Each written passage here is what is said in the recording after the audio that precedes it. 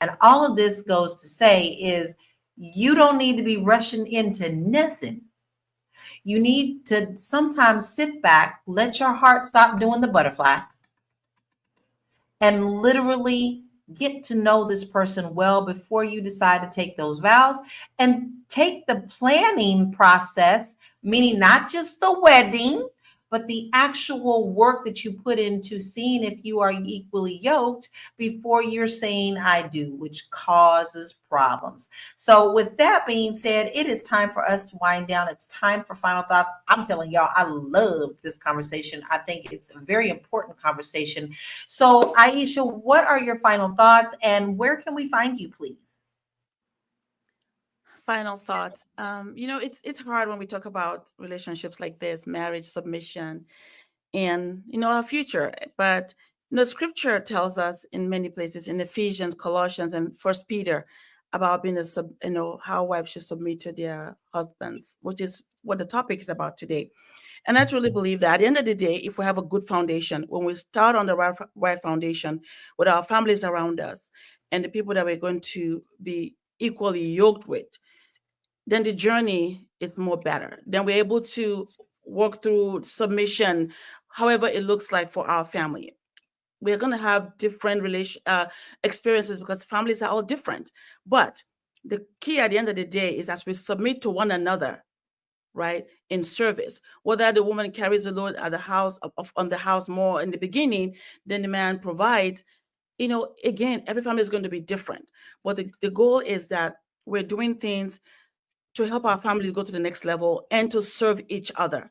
That's the beauty of marriage and the submission.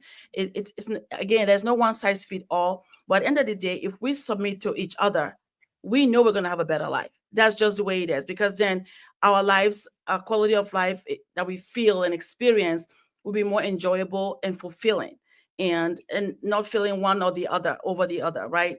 That's to me what I think when I think about submission and the family, and serving my family and being there for my family, and same for my husband, for me and our children. But where you can find me, I'm in the Black Business School as one of the Black financial coaches, and also you can reach me at www.aishaverzi.com. If you need anything with finances, building your wealth, preserving your family wealth, you can reach me there. Thank you. There's her email. There's her website. Go now, take a screenshot and go do that. You have your assignment. Noma, what is your final thoughts and where can we find you? My final thoughts is actually very short. I just think that, as I said before, if you really want a future where you're a woman and you want to marry a healthy, masculine man, it's something that you need to take seriously. It's something that you have to put the effort in.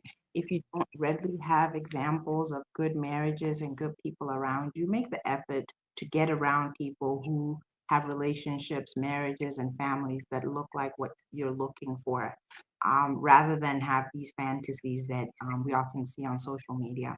So just take it seriously and understand that as a woman, you don't have a finite amount of time. We have a window where we have fertility, we have a window where in our time. So just take it seriously, is what I always say.